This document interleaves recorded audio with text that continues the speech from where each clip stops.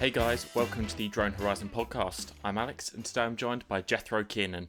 Jethro, would you like to go ahead and introduce yourself? Okay, my name's Jethro Kiernan. I'm a North Wales-based photographer, and drones relatively new thing to me. Well, I'd say 2 years I've been using drones, primarily as a photographic tool, but it has led me to start exploring the video capabilities, not just of drones, but of cameras in general. I was actually talking to a colleague this morning about starting some video guides to North Wales. So that's an idea that's in the pipeline at the moment, which will probably start relatively soon, as we can get out and about with lockdowns.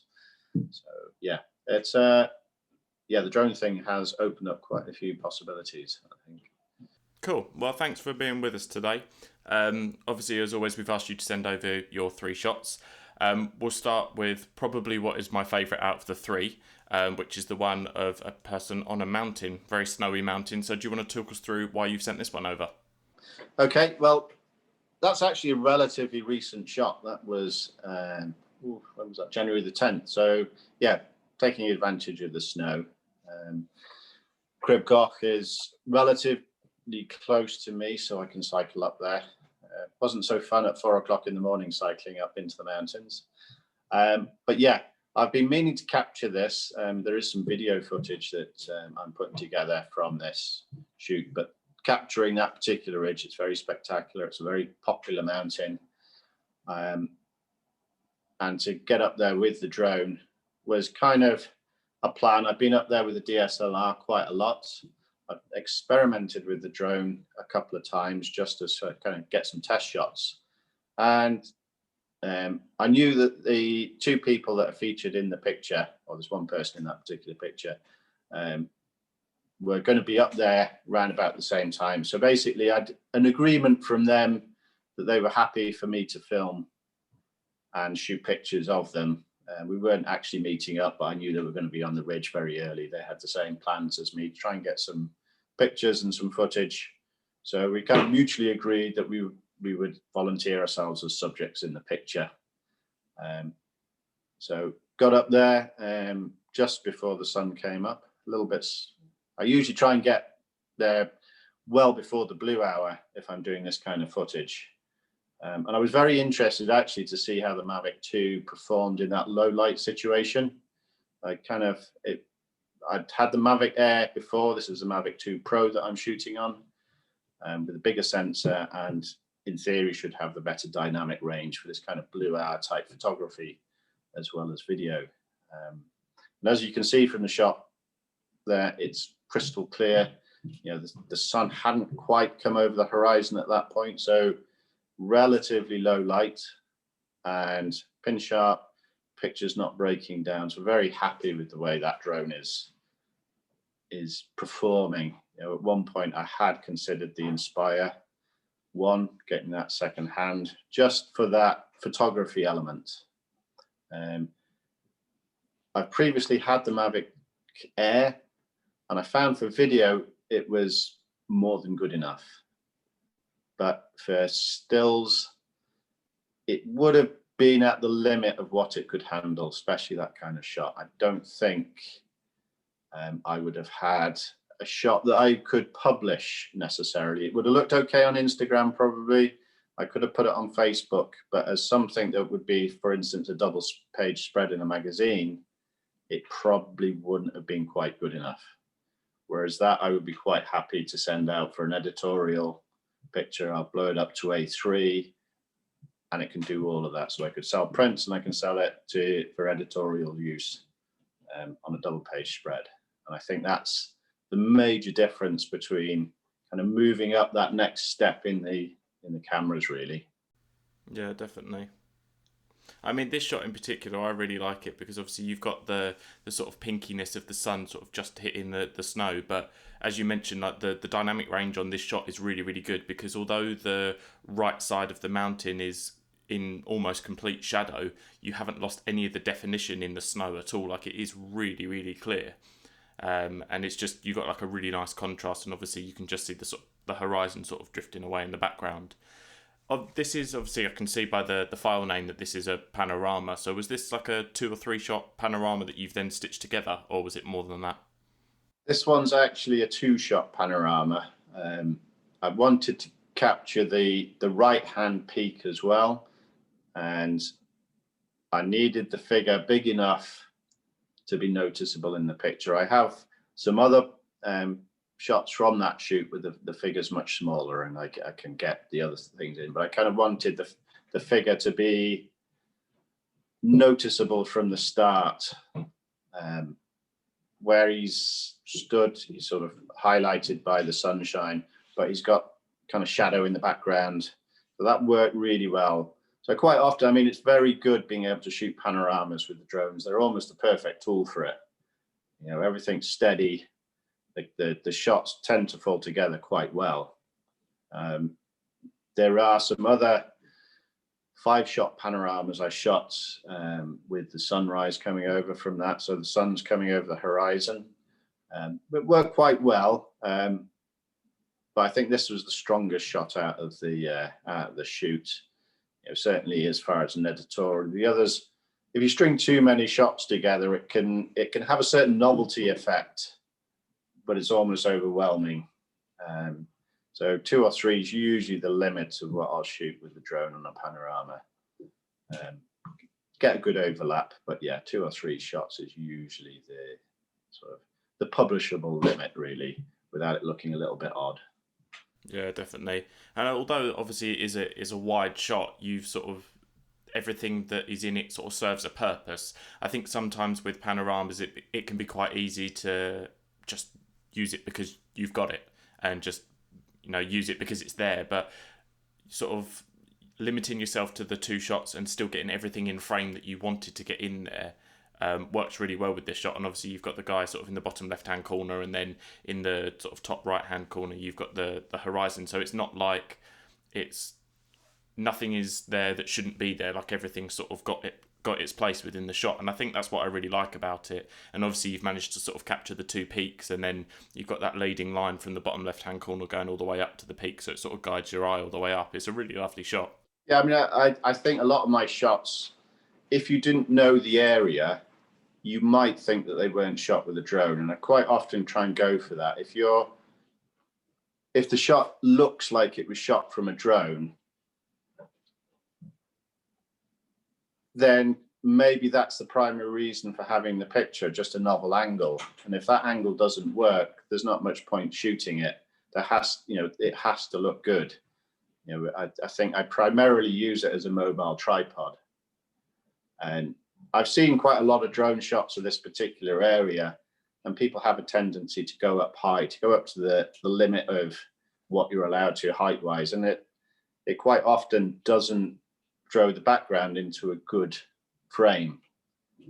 You have a dot and a ridge. I know that some drone shots, and I do them myself, looking straight down, the autumn leaves, roads going through it. We've all tried those shots, but primarily it's almost a mobile tripod. And you've got to forget that it's a drone, and you've just got to frame it. I mean, I purposely bought the smart controller to get the bigger screen and the sharper picture, plus the whole thing of batteries dying on phones in that kind of weather was a practical consideration as well. But just framing it and taking that time to kind of, as you say, the leading line is to getting the leading lines in the corner going up. It's very easy to shoot hundreds of frames, and I think if you view it as a mobile tripod and kind of stop it, frame the picture, adjust it a little bit, just like you would a normal DSLR on a tripod, and then shoot that way, maybe slightly less shots, but always. One of the things I do is I always do my exposures manually, and that makes you pause and adjust things, and that's really good. So you could actually, while you're adjusting your exposures and your apertures, you're also looking at the picture, and you actually think, actually, no, that's not, if I move a little bit, having that little pause rather than actually shooting lots of frames is much better, I think. You've got to be fairly quick. I mean, that light you're seeing in that kind of pinkish purple light is only there for about 5 minutes. And I also had the DSLR with me, and I got a couple of shots with that. So you're operating two things. So you kind of better to get one or two good shots, and rather than snap away and try and get 10 shots that maybe don't quite work. Yeah, definitely. I mean, you sort of mentioned briefly there about using it as a mobile tripod, and I watched a video the other day which sort of touched on that you should view a drone as a tool rather than as something just to get sort of drone angles. And I think using the drone as something instead of like, how can I word this? So using the drone where you can't use a DSLR. So if you think that your composition will work with a camera that is just above your head, but you can't get a DSLR up there, then a drone is perfect for that situation. And using it as a tool to get the composition you want rather than just sticking it up at 400 feet and sticking the camera all the way down, I think helps to get that composition. And obviously, like you said, using it as a mobile tripod to be able to move around. And obviously in this kind of environment where you've probably got sort of peaks and troughs that you can't always move in and out of very quickly, having a drone and being able to move it to get the composition you want in that short frame of time is probably ideal. Yeah, I mean, that's certainly something I'll touch upon with the climbing pictures, because I mean, I can remember the day that I decided, yes, I'm going to try the drone photography, was more related to the climbing and being able to access somewhere. But yeah, I mean, I submit pictures to various places, and I put some up on a site a couple of days ago, UKC, and there were some other drone shots of the of that general area, and definitely it goes back to the early days of the GoPro, when people used to, mountain bikers used to strap it onto their helmets. And the first couple of times you saw it, you thought, that's interesting. I've never seen that before. But 8 years later, everyone is sick of seeing 10 minutes of mountain biking GoPro footage where someone's just put it on the helmet. It's boring. It makes you feel a bit seasick watching it. The newer cameras with the stabilization, all the rest of it. I've done some filming with a mixture of GoPro drones and the camera of mountain biking. And I think, it's only experimental editing, but I don't think I put any GoPro footage from the helmet cam that I was using at the time. It just, its days been and gone. Unless you're doing Red Bull runs or something like that, it's not really. And it's the same with drone footage. I think we're going to get, we probably have reached boring drone footage peak now. And I think there's going to be, you're going to have to work harder. You're going to have to think a bit more. You're going to have to plan a bit more. And you're going to have to be a bit more creative now to get good photographs. Drones have been used in climbing. Now, there's quite a few early adopters, but more for the film footage. I think as a photographic tool, it's still relatively new, and I'm still managing to capture a bit of a niche market, certainly where I am, a drone photography as opposed to filming. I think drones first obviously started out when we first sort of started to see drones being used. It was on nature programs on TV and in places where helicopters weren't able to go. And I think that's probably, obviously they've developed now and they're more accessible to sort of the average consumer. So using them more as a photography tool, I guess, as you say, is sort of, it's still a reasonably new thing. I mean, you touched on GoPro there as well. I think GoPro still have their place within the market, but I think that place, they sort of excel most in places where you can't put another camera. And I think mountain bikes now, you can get compact cameras that you can stick on a gimbal and still get really good footage. So I think GoPro still have their uses in situations where, you need that waterproof or you need that rugged ability, like FPV stuff. I mean, sticking a GoPro on an FPV drone, you wouldn't be able to put anything else on there unless obviously you go a lot bigger, but I think they have their place, but not that. I don't think they're completely useless, but I think overusing them for things where you don't need to use them is maybe where they're becoming a little bit more saturated. Yeah, I think the GoPro. I'm not saying it's relegated to B-roll, but the majority of, certainly if I were shooting footage, most of the GoPro stuff would be B-roll, unless you're in a properly, if I was in a snowstorm and I didn't want to get the DSLR out or the video camera, or if I was in a water situation where I didn't necessarily want to take a camera housing or something like that with an expensive camera in it, then yes, the GoPro has its place. But certainly, as someone who's primarily focused on photography, obviously it hits its limits photographically pretty quickly. I have had some good shots from GoPro, photographic shots, but there's more misses than there are hits when it comes to photography. Like I say, its place is where it's getting extreme, and you want something small. So either the weather's extreme, or you just don't want to be fumbling with a big camera at the time. And it's all about selecting the right tool for the job as well. I mean, you wouldn't take a GoPro to go and film a nature documentary where you have the budget for like a bigger cinema camera. It's all about selecting what's right for the time. I mean, you would never really use a drone to film some, like you wouldn't hover a drone in one place and use it when you could use like a gimbal and a cinema camera. So it's just about selecting the right tool for the job, I guess. Yeah, and this project that I've been discussing with the climbing stuff, the tool kit will comprise of some GoPros. It will have, DSLRs for filming on gimbals or mirrorless cameras, and it will have the drone. And sometimes you can't use the drone. I mean, if you look at a lot of my footage, it's usually very early or very late in the day. You know, Certainly in the subjects that I shoot, climbing and outdoor stuff, there's already developing a little bit of an anti-drone feeling in certain places because people are flying them insensitively.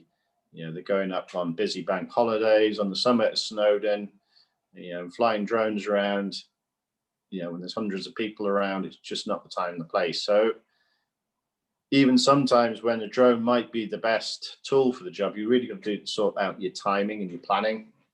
I know that on the project that we're looking at, if there were other people climbing around at the time, there's a high chance that they might not appreciate someone flying a drone.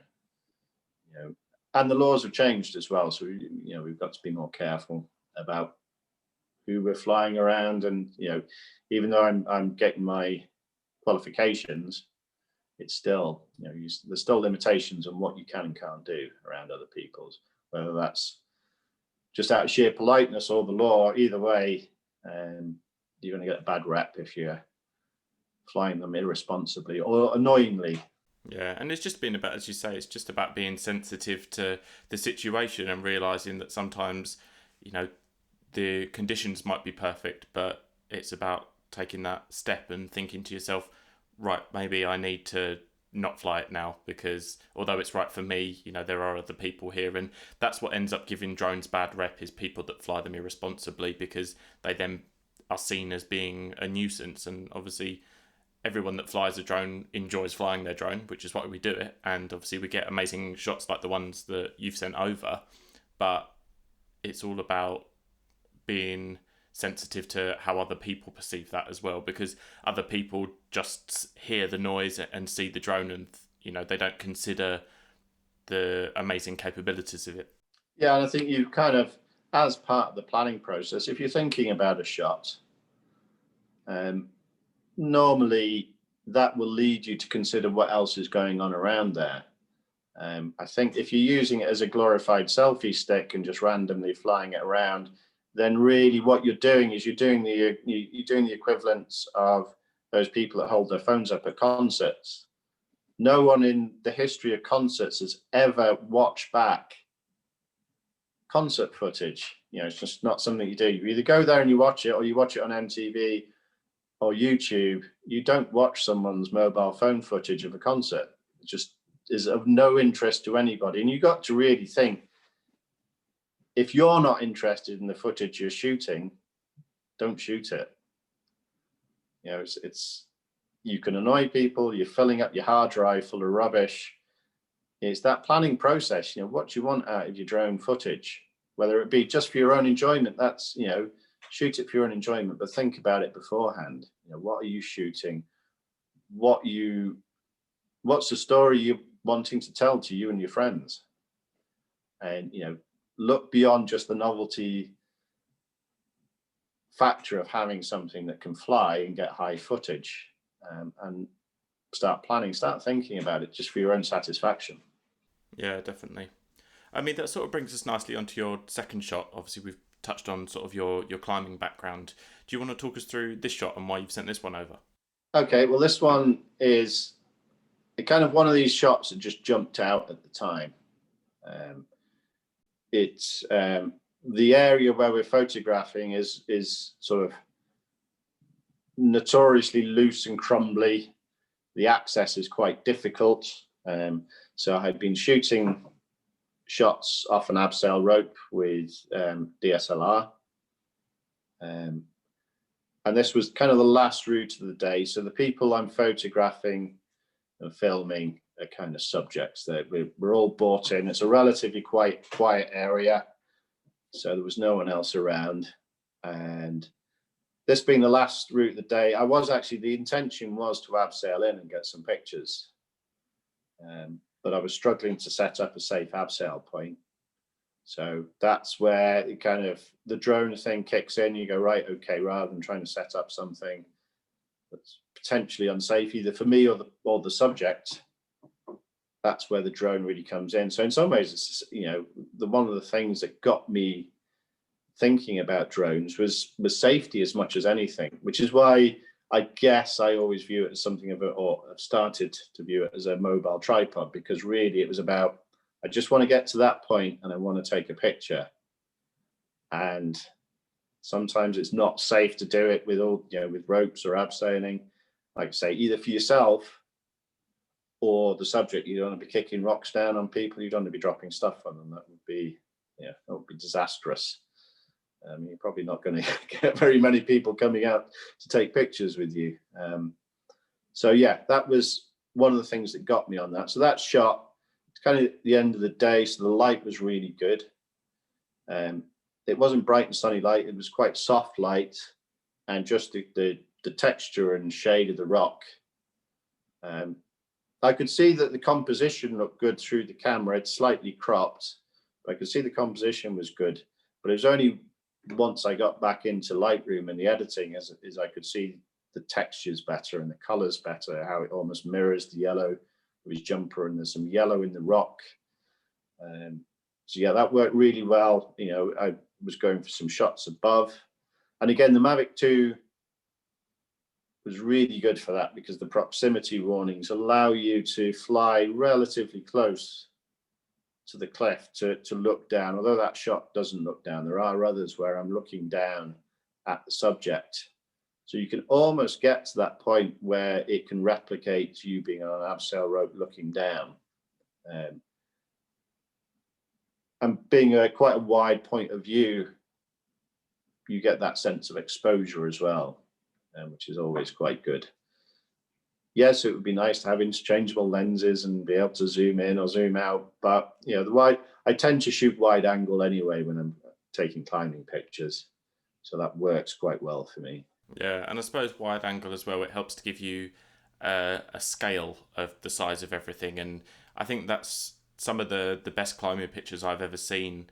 The guy's name's escaping me at the minute, but he's a photographer for North Face, and some of the shots that that's the one, sorry, Jimmy Chin. And some of his shots that he captures of people like halfway up the side of Yosemite, like, they look fantastic because you've got an idea of the scale of everything. And, if you'd have taken this shot but without the subject in it, I think you would have realised that it's, a mountain, but you'd have no idea how big the mountain is. And I think that's what makes it such a lovely shot, that you've got that sort of scale in it, which is obviously something that's great in all shots and are consistent sort of throughout your three as well. Yeah, I mean, there's this in climbing photography, there's kind of or outdoor photography, there's kind of figuring a landscape and the climbing stuff is just an extension of that. It's a figure in the, so the figure has context. You could zoom in, you could get, the facial expressions, the look of strain. And yes, there's a place for that. And I take those kind of photographs, but it's not the sort of thing that's going to inspire someone to go there or want to do that. It could be shot in a gym. You want that context of where the person is, what type of rock they're climbing or what type of mountain they're climbing, where that mountain might be, or the sense of scale. All these things are all part of the figure in the landscape, and it takes a lot. There's a lot of having to be there. There's a lot of hit and misses with that kind of thing, and you have to be up there at the right time. You have to be up there multiple times because sometimes the light just isn't working for you. During lockdown, we've been going up and down the local mountain. If I go for a fast walk, I can be up on the summit ridge in an hour and a half. So, I've been going up there, dragging the kids up to be subjects, and we're getting a hit rate of about 1 in 4 trips up there where the light or the clouds and everything comes into, and it's something worth shooting. So yeah, there's a lot of misses in a good shot as well. Yeah, I mean, you sort of briefly touched on that you've been going up to your local mountain. I remember when I first messaged you back in December, you weren't available that week because you were camping up the top of a mountain, and obviously to be able to do that and have that kind of environment around you makes it perfect for the sort of photography that you're into. Yeah, definitely. And even if you don't have a specific brief to follow for an editorial or something, usually if you're looking at the weather apps and things are coming into conjunction as far as clouds and sunsets and no wind, it's always worth going out and shooting speculatively and building up that kind of portfolio. So yeah, it's always, there's always opportunities. And when they open up or when the travel restrictions come off again, I'll be going to the Lake District in Scotland, and eventually, hopefully, to Europe as well. Maybe a deferred trip to the Dolomites to go do that kind of thing. Yeah, I mean, obviously, COVID has obviously caused a lot of people a lot of trouble, but one thing that it has been beneficial to, and it's sort of been a reoccurring theme throughout this course of the podcast, that a lot of people are spending more time exploring their local surroundings rather than travelling all the time. So people that maybe would always go abroad for their holidays are starting to go to places like the Lake District and Cornwall and appreciate what they've got in their own country rather than travelling all the time. And obviously for yourself, where you would maybe normally go to, Isle of Skye or North Scotland, Lake District and abroad, like being able to, or not being able to, but almost being forced to explore your local area as a way to sort of escape lockdown has probably been quite a nice thing for you. Yeah, and I was thinking about this with the local mountain. I was up there last night. We had a little bit of a cloud inversion. I have shot some footage which I haven't gone through properly yet, but I kind of almost thinking, well, if I go up there enough, I could probably put together a short film about just the local mountain. And it's not somewhere you turned your nose at, but it wouldn't be the first place that I would think of going if I thought of, either photography, filming, or just a walk in the hills. It was it's too near.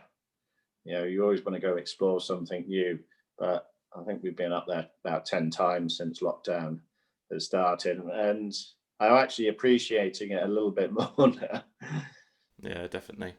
I mean, just sort of going into your third picture then, do you want to talk us through this shot? So yeah, this was on the Mavic 2 again. This was, I think, a week previous to the other shot. So I'd shot some stuff with the DSLR before then off an abseil. So what this guy's doing, he's doing a new route, and this is actually the first ascent. So this is him genuinely climbing it for the first time. So he'd been practicing the route, and I got some shots when he was doing that off the DSLR. And because it's a new route, because it's actually potentially quite a bold route, so the consequences of falling off are quite serious. When he came to do the actual ascents, I decided for his peace of mind and to stay out of his way, I would experiment with the drone. And because he'd been practicing it during the day, the light was almost ideal. It was almost perfect side light. You can see he's just catching the light. The shadows are starting to come onto the route. So it's kind of brilliant. I mean, that takes me back to when I used to shoot slide film back in the day, where you get that quite contrasty look of slide film and very poppy colors. And it kind of captured that. And that's something that resonates in me when I see those kind of pictures that take me back to shooting slide film. It kind of, I go, oh, I like that. If it works well with the sort of contrasty shadows, someone working with shadow and light. And again, the dynamic range, because dynamic range isn't always about pulling stuff out the shadows. It's also having deep, dark shadows as well that don't break down. And that works really well. You kind of need the dynamic range just to have that contrasty look. Bigger the sensor, the better. It's all we can do for especially shooting stills. Yeah, and that's what makes the Mavic Pro 2 sort of perfect for that kind of thing. Obviously, it's got that 1-inch sensor on it, and it's a Hasselblad camera, so it's got those good genes behind the camera, and it makes it perfect for capturing that high dynamic range. Yeah, and that's definitely one of the things that sold it to me. The other thing that I'd kind of read about in the reviews, but is quite important in this kind of situation and in the mountains, is actually if you're using it well, it's relatively low noise. You can fly it a relatively short distance away, and if you're not maneuvering wildly, it's pretty quiet. It can go out of sound range but fairly quickly, and if you leave it, again, kind of go back to that tripod type mode, if you're just hovering there and there's no wind for it to fight against, it goes into the background. It's not distracting for subjects, and that's quite important for me. I've always got agreement from my subjects that I'm going to film them, and I'll ask them to give me a shout if it's becoming too distracting, if I'm flying too close. It's quite important for me that I'm not intruding on the subject. A lot of the times, especially climbing photography, it's about letting the person do their own thing. I'm not posing them. I'm not asking them to stop. I'm not asking them to throw moves. I have to leave them to it. I have to not distract them, especially when it's a serious climb like that. So that's also an important thing that the Mavic 2's really got going for it. You have to change the blades occasionally. Obviously, if they've got a few burrs on the edges, they become noisier. But yeah, just having it drift into the background, and that's another thing that people can learn to do as sort of an act of consideration, is just the way they fly the drone. If they know there's other people within hearing range, just go easy on those joysticks. It's not a race. It's not a race most of the time to get from A to B. So just do all your maneuvering in this kind of considerate manner, and it makes the batteries last a bit longer as well. Yeah, definitely. Whereabouts was this shot taken? Because it sort of, I can't work out exactly where this was taken, this shot. It was taken in the Llŷn Peninsula, so it's on the coast in Wales. So there's a coastal path that goes along the top, and then you drop down and you do these routes from sort of, you have to scramble up the grass there.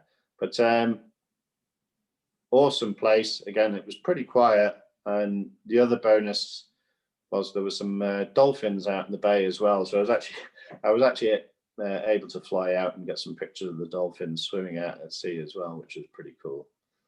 Yeah, and again, that's something that you'd never be able to capture with a normal camera, especially in this instance where you sort of see the dolphins out there and you think, oh, just go and shoot those out, having the drone and being able to whiz it out to sea, then obviously... that just, to be able to cover 500 or 600 meters of ground over the sea, take some pictures, fly back, get some more climbing pictures, drop back. That day as well, there's a climbing guide going out for this particular area. So I was able to go back, stitch some panoramas of showing the cliff, so that when it comes to the guidebook, the editor can take the picture, he can draw the lines of the various routes, show people how to get them. So that kind of thing is probably the most common use of a drone in climbing at the moment, is to actually get these kind of informative step back looks at mountains and crags that people can then use for guidebooks. Definitely. I mean, we've sort of briefly touched on the kit that you use. Obviously, you've mentioned sort of your previous drones. Do you want to run through what you would normally take with you when you're going on sort of an expedition like this? Okay, so if I'm going out in the hills and I want to cover both bases, um, I have a Nikon Z6, which I use. So that's the mirrorless camera. I will probably take about 3 lenses, depending on what time of day I'm going. So I have a wide angle zoom, which is a 14 to 30 f4. Again, these new Z lenses are absolutely awesome. I have a 20mm 1.8, which I will use if I'm shooting subjects at low light in the blue hour, or sort of in dawn or sunset type footage. So, you know, if I'm taking pictures of someone walking in the mountains, it's nice to get that blue hour stuff. So you need quite a fast lens. So I'll use the 20mm for that. And then I have sometimes we'll take the 70 to 200 zoom as well, to zoom in on either a subject or a landscape. So I'll usually pack that in a low pro square, which fits in my rucksack. And then I'll take the Mavic 2 drone, I'll take the smart controller. I usually take 3 batteries. An average shoot, I'll probably use 2 of them. If the light's good, normally I'll get through a battery and a half. You know, if I'm out specifically just to shoot with the drone, I can quite easily use the 3. I have considered getting a 4th battery. More to do with some of the sea cliff climbing, because sometimes where you launch from and where the climber is, you know, it might be a couple of 100 meters. You're still in line of sight, but the journey to where the climber is and the journey back can eat into the battery as well. One of the last shoots I had on the sea cliffs before the shutdown came in, just as I was getting to the end of the battery, some really great storm light came in. So the cliff was well lit, but there were black menacing clouds in the background. I was keeping the drone there longer than was sensible over the sea. I managed to just get it back into a safe space before the battery really started draining down. And that's not something you should really be doing. It's a very expensive thing to emergency land into the sea. So yeah, I think more batteries than you think, always worth. Also, cold batteries. I mean, obviously that first picture, I think the temperature at that point was probably about -6 or 7. So keeping batteries warm, they're only going to last 2/3 of the time that they would on a normal day. Same with the controller. Don't make the classic mistake of having all your batteries charged up and then your controller battery or your phone battery runs out, because it doesn't matter how many drone batteries you got, if you can't control it, you're still scuppered. So yeah, having a good charging routine. I mean, there's so much stuff to charge up now, you know, smartwatches, phones, drones, cameras. Toothbrush. Yeah, exactly, even the toothbrush. Yeah, I think with obviously everything becoming smarter and more electric, you know, I can easily fill up 2 or 3 extension leads worth of stuff that needs charging up before I even go out anywhere. You know, you've got power banks, phones, headphones, like everything needs charging up, which, you know, is great. But then if you're in situations where, say, like you're camping up in the mountains, that then makes it more difficult because you're reliant on having that electricity source. But I suppose having more batteries than you need is always worthwhile. And I think if you have more batteries than you need and you're in that situation where, you know, for me, I was out in France last year and I shot a sunset at Le Mont Saint-Michel and I burned through both batteries, and looking back, I could have had another one because then I could have just got those extra little shots, you know, made the most of the situation. But, you know, I burnt through both, and then by the end of it, I was happy with the shots, but maybe sort of looking back, I'd wish I'd had that extra one just in case. Yeah, I mean, sort of the next step beyond that is kind of the expedition type stuff where you're actually going out for multi-day trips, whether it be something like a canoeing trip or a long distance walk in Scotland or multi-day trips in the Alps. If you strike it lucky, you can have a great sunset, you can have a great sunrise, and you can be doing interesting things during the day, and then possibly another great sunset or another one after that. So, yeah, what you burn through in a normal sort of sunset, golden hour, blue hour might be 2 or 3 batteries. Multiply that, you know, and that's something I'm kind of looking into now, is the more expedition stuff, the solar chargers, the battery, you know, the battery banks, how many batteries you need, how you manage power over, you know, in the backcountry, and you know, once restrictions lift longer term, you know, potentially there's trips away, you know, and there's trips away from power or not so easy power, or when you do get to power, it's limited.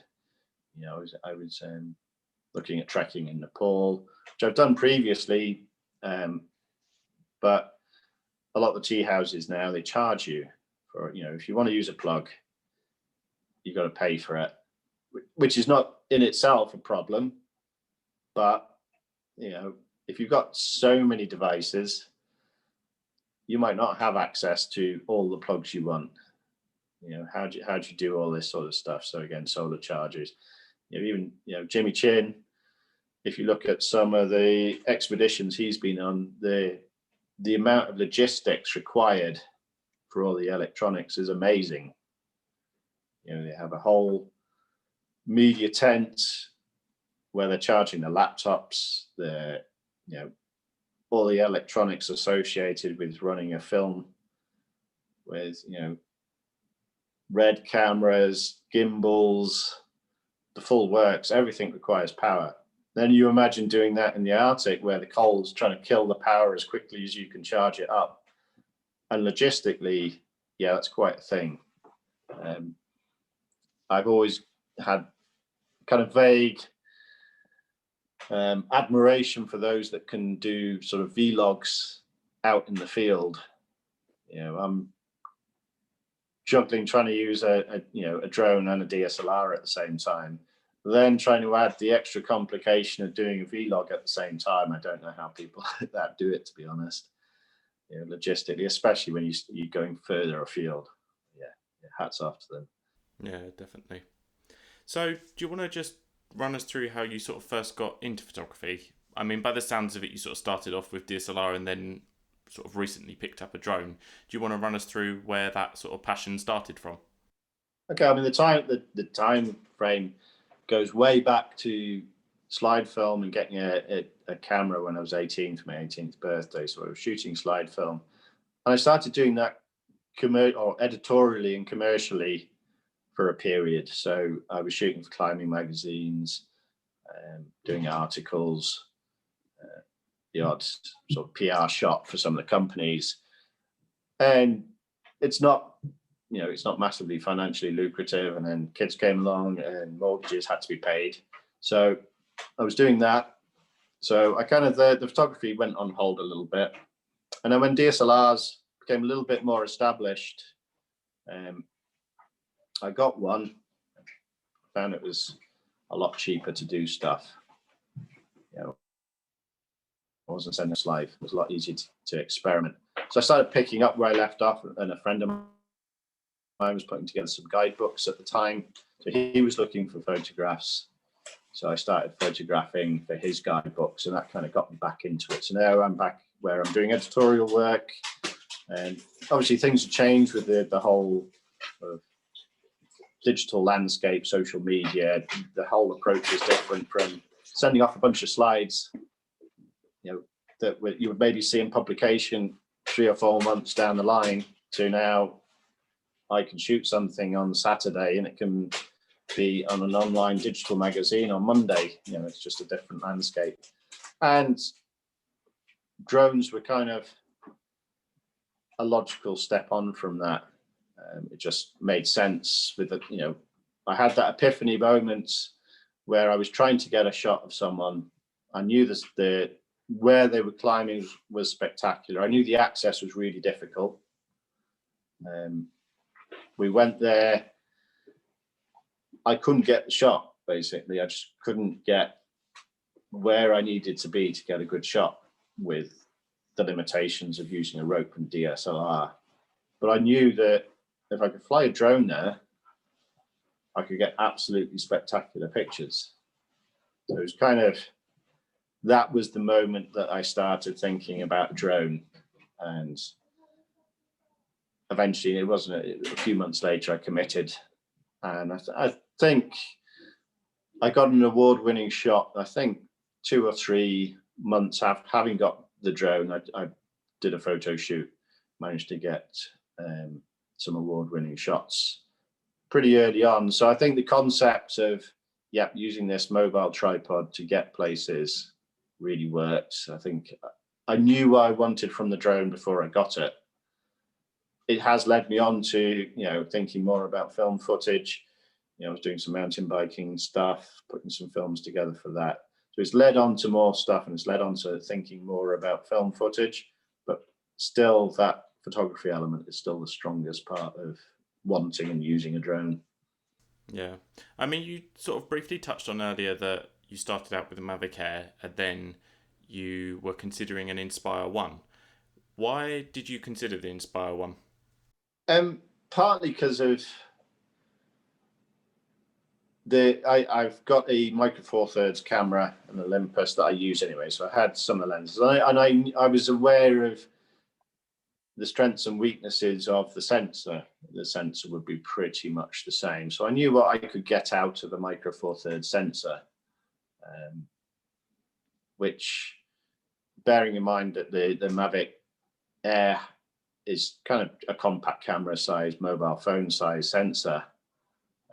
I knew the difference for landscape type photographs, and the sort of stuff I was shooting would be quite spectacular. So I had the Air at that point, and it was kind of, the Mavic 2 Pro was, I think at the time, it was kind of just being talked about or was just being released. So I did look at the Inspire.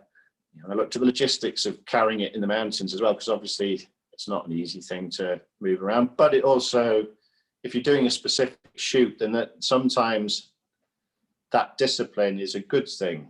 You know, you can carry your Mavic Air around all the time, and yes, maybe, you know, you could get that spontaneous image. That's not the same as planning a shoot and going out with someone and dealing with the logistics. Looking back on it, I think the mobility thing is better served by the Mavic 2 Pro.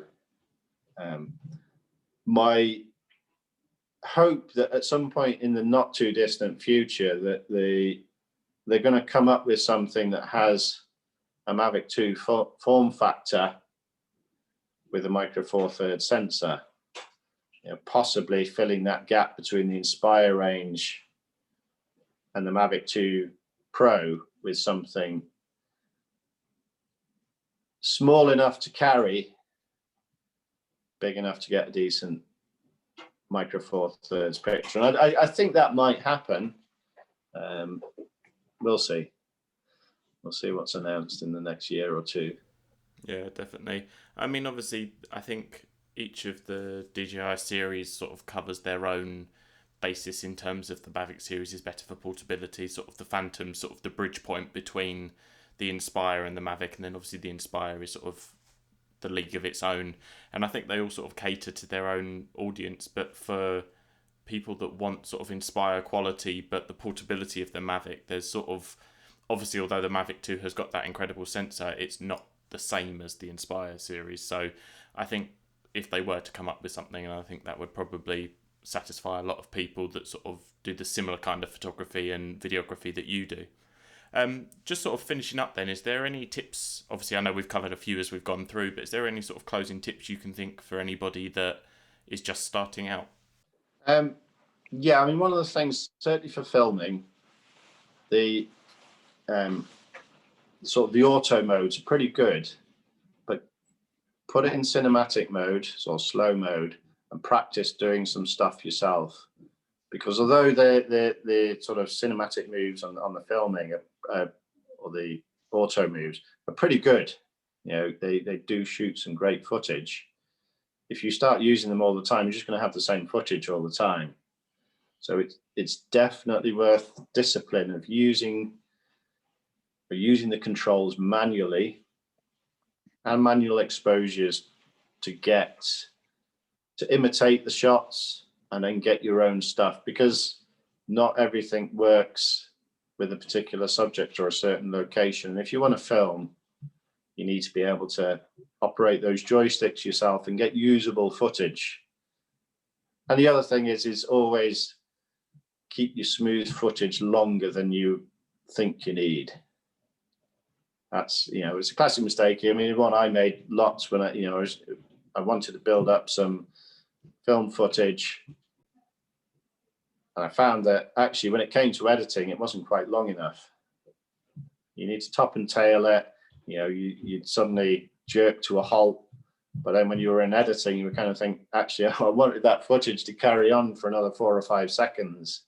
So yes, learn to shoot smooth manually and shoot more footage than you think you need to edit something together. And sometimes, and the other thing with shooting footage is just keep it still sometimes. Treat it as a tripod in the sky, even if you're filming and not just photographing, but filming. Let the subject move rather than the drone. For instance, it's all, if I was shooting film footage of the ridge, it's all very well having the drone swooping around the subject and, looking all spectacular. But sometimes it's quite good just to let the subject walk through the frame. Just have your drone hang there, get your hands off the controls and just let the thing happen. I think there's not enough footage of that. It's like the classic mountain bike footage.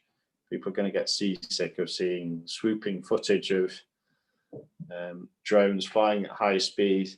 Even though they're tracking the subject spectacularly well, it still can get a little bit wearing. Yeah, and I think obviously in those kind of situations, you want to allow the drone to capture the natural beauty of what you're seeing.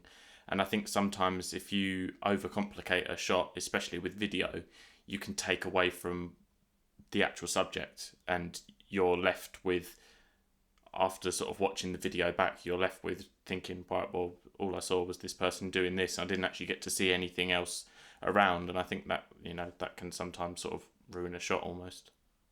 Yeah, I mean, they've all got to tell a story. They've all got to, every sort of shot has to have the who, where, why, what, when element to it.